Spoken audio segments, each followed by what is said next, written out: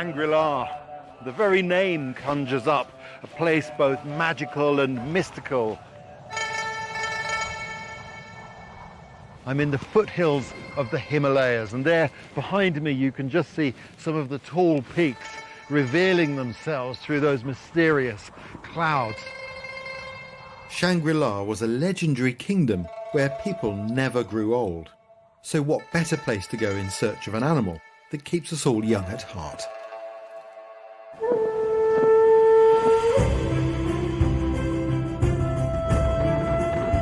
China is vast. It's got the greatest mountain range, the Himalayas, the highest plateau, more caves than any other country, and 3 of the longest rivers to be found on Earth. In this series, I'm going to search out some of China's furthest corners. It's a little bit dicey going in here, discovering the unexpected and thrilling life that's to be found here. I think this is your snow leopard. Oh, look at that one. Look at that one.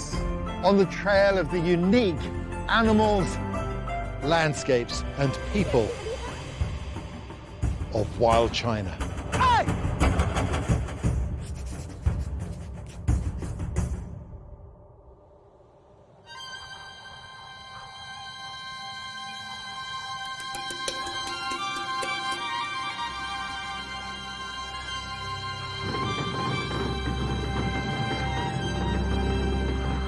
I'm in Shangri-La, in the shadow of the Himalayas.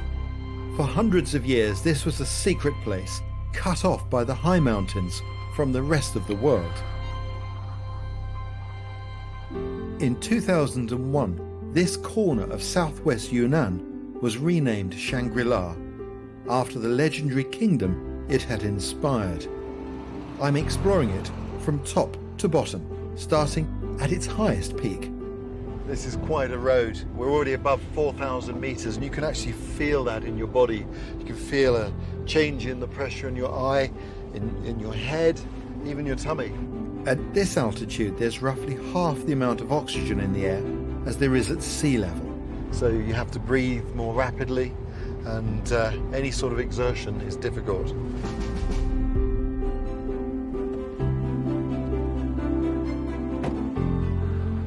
I had to stop here. I mean, look at all these beautiful prayer flags. This is the highest road in the Shangri-La region. It's just short of 4,300 meters. These are really pretty, aren't they?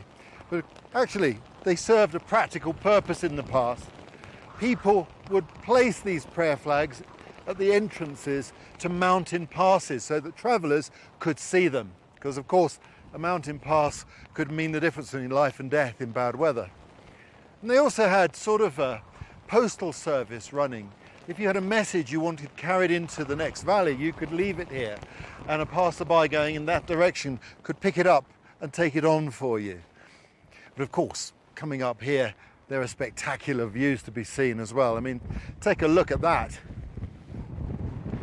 You know, travel in these regions can be really difficult. Most of the mountains are over 4,000 meters, many of them above 6,000 meters in height. This is an easy country to travel in at all.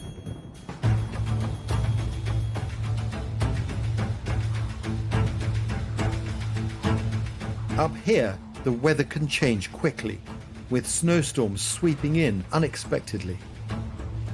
Beginning to snow is amazing.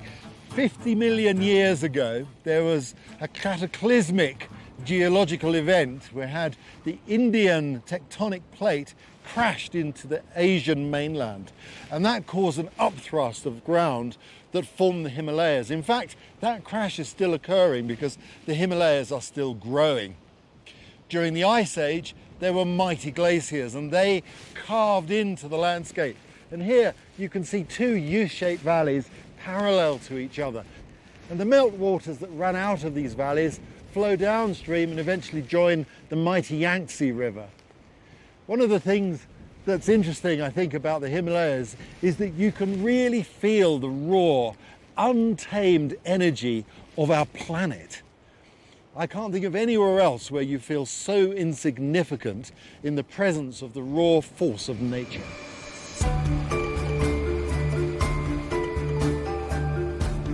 These mountains hold a secret. Hundreds of inaccessible valleys are hidden in their foothills.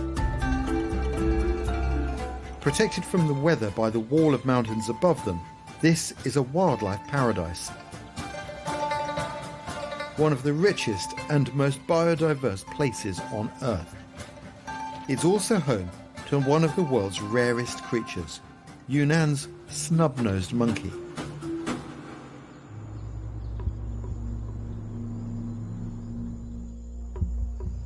This is as far as the road goes. The rest of my journey is on foot.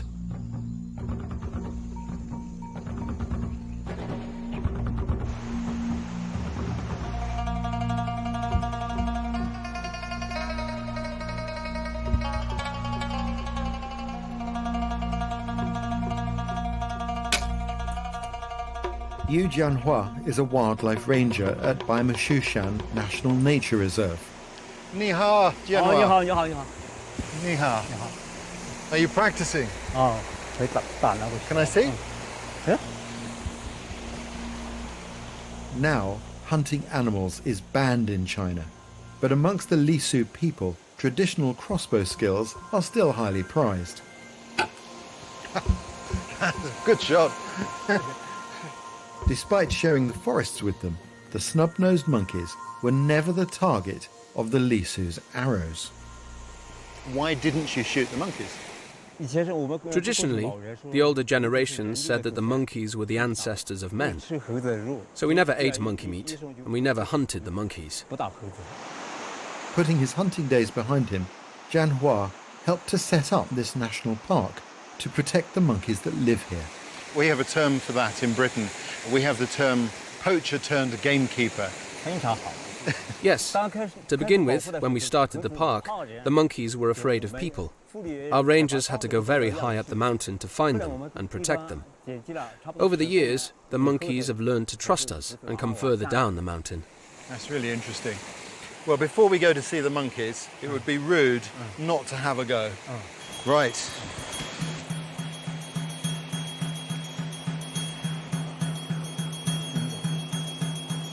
I think that's...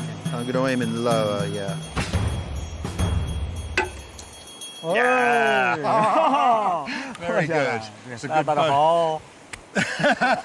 Should we go and see the monkeys? 可以。 Okay. There are fewer than 2,000 black and white snub-nosed monkeys left in the wild, and they can only be found in this corner of Yunnan province.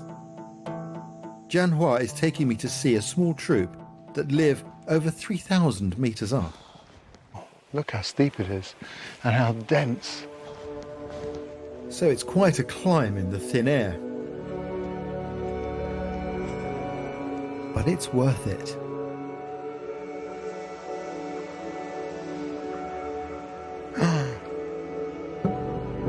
Look at that. Sleeping in the trees above us is a rare sight. Another one. Look at that. A family of snub-nosed monkeys. Oh. The mothers and babies sleep in the middle of the family group. The adult males on the outside. They're beautiful. Although they have thick fur to help them cope with the freezing temperatures, they still huddle for warmth. Once settled, they become completely still. They won't move a muscle for hours. Amazing. But our arrival breaks the spell.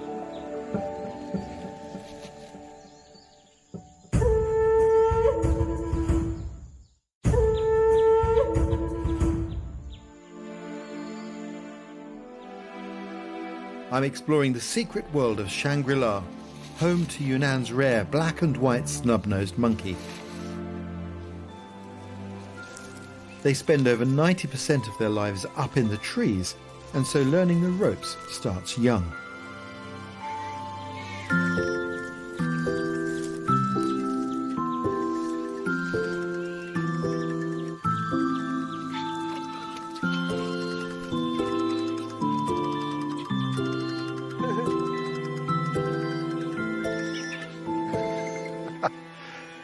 It's pretty unusual to see monkeys like this. Normally they're a long way off in the hills and you see them just in the distance.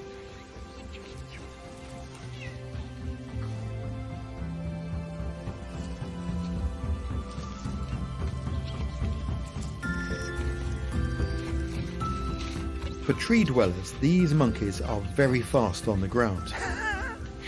Chasing and wrestling are the young monkeys' favourite games. They're like little wrestlers. They stop and they take the hand.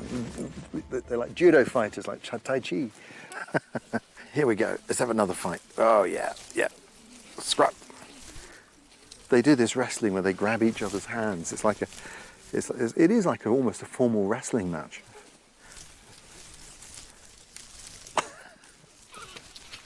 You know all of these monkeys. You see them on a daily basis. Do you recognize particular individuals? That male one is called Red Spot. He has a red spot on his face. The big one. Red Spot is one of about a dozen full-grown males in this 60-strong troop. He runs the show, keeping the younger monkeys in check.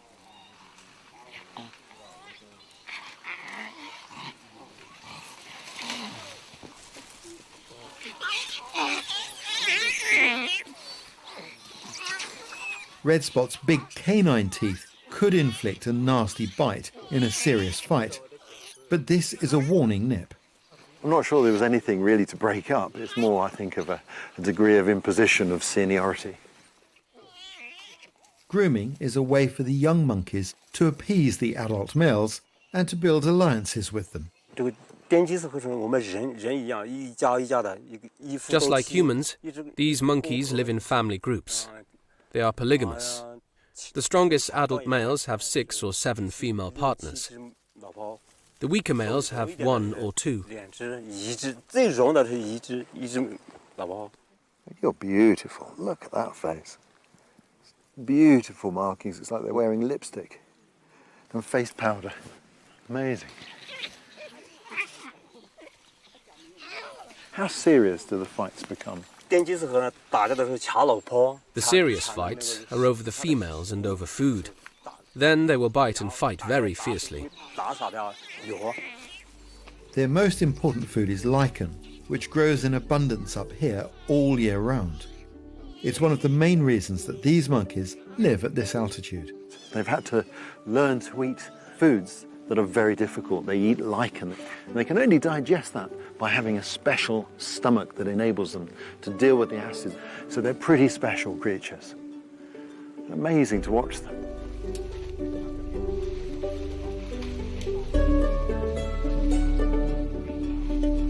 Watching these monkeys at play at this altitude puts a spring in your step. It makes you feel young at heart. It's very, very special. This lichen is almost as rare as the monkeys.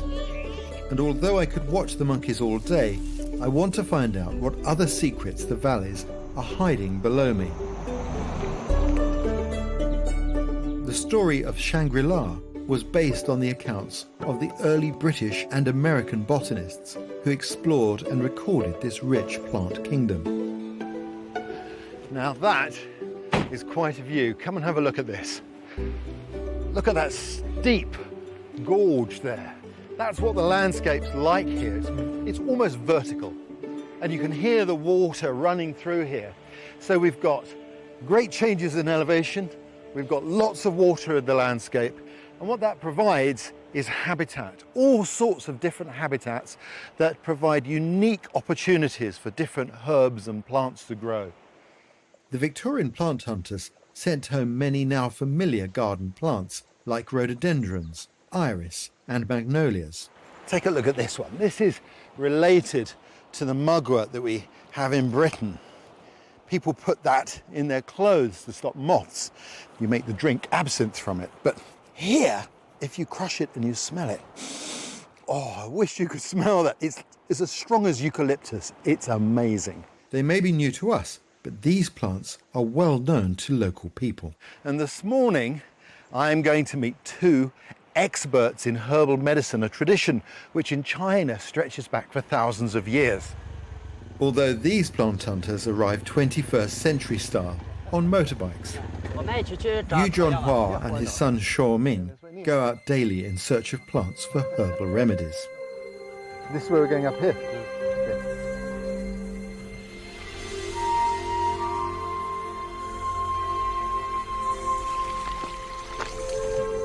I don't know what plant we're looking for, but I can see what they're doing, the habitat. They're looking for these damp areas, particularly on the rough slopes here, the steep slopes. We've got some polygonums growing here. Lower down there was burdock. We've got all sorts of ferns. And these wet areas, obviously you've got the water that runs down them, but you also have the humidity in these areas. There's like a splash zone from the water, and there's a whole communities of plants that thrive on that moisture. And you can see there's all sorts of things tucked away in here. You can see strange things there, not in flower now, it's the end of the year. And of course the herbalist's job is to know how to recognize things when they're not in flower. That's really important.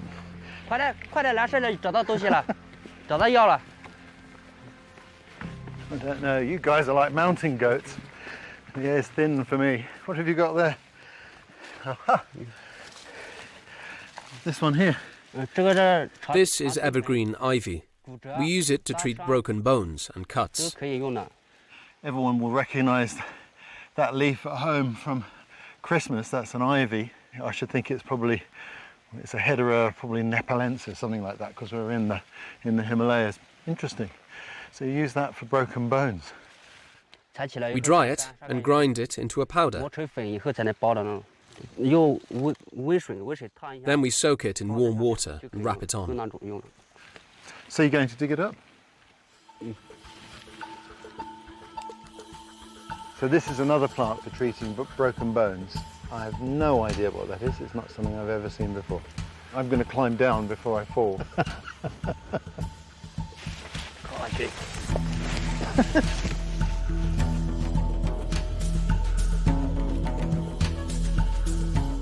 It's really exciting because we've got this long tradition of Chinese medicine and the use of herbs very much alive here in these rural communities. And yes, we've also got a modern knowledge of plants. We're learning new things about plants all the time. One of the things is that as the altitude changes, so does the exposure to ultraviolet.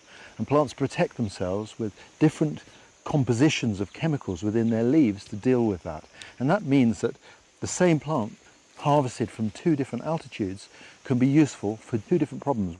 So we live in an interesting age, a golden age, where we can explore ancient medicine and enhance it with new understandings as well. It's terribly exciting. Oh, they're coming back. I'm going to go see what they've got. Aha. What have we got here? I have something for you. You use it for rheumatism. So you use this for arthritis. That's very useful. You know, I think I might just keep that one. Shall we go back to the village?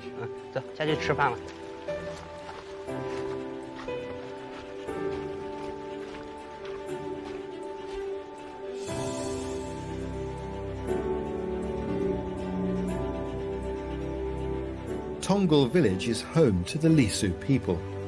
90% of China's population are Han Chinese, but the other 10% is made up from 55 minority ethnic groups, like the Lisu.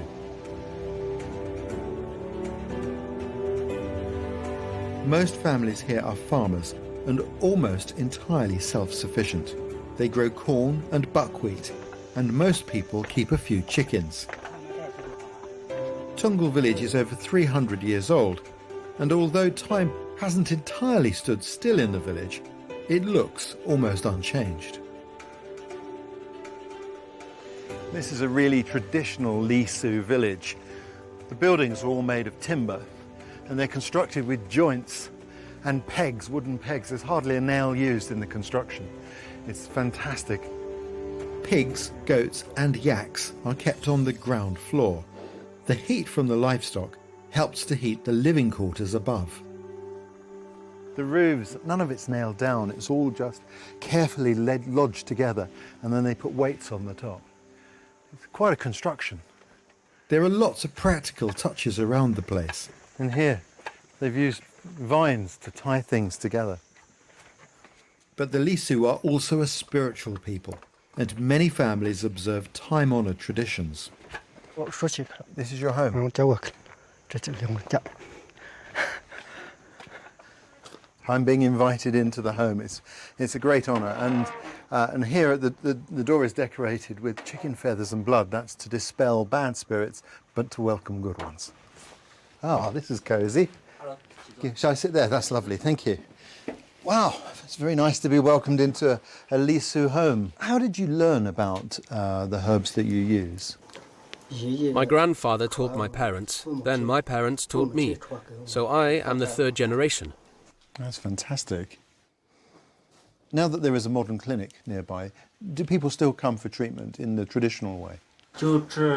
We don't treat everything, but common injuries we treat are things like knife wounds, burns from hot water, rheumatism, joint pain or arthritis. And of course, those are the problems that people suffer the most in a community like this. Thank you so much for welcoming me into your home and spending the day in the mountains with me. It's been a privilege. Thank you. No elixir of life, but practical daily medicines. These herbal remedies have been treasured for thousands of years, passed down from generation to generation, and to see a father passing them on to his young son to this day, well, that's wonderful. It means the knowledge is continuing. It's been a real privilege to spend time with the people here and share some of Shangri-La's secrets.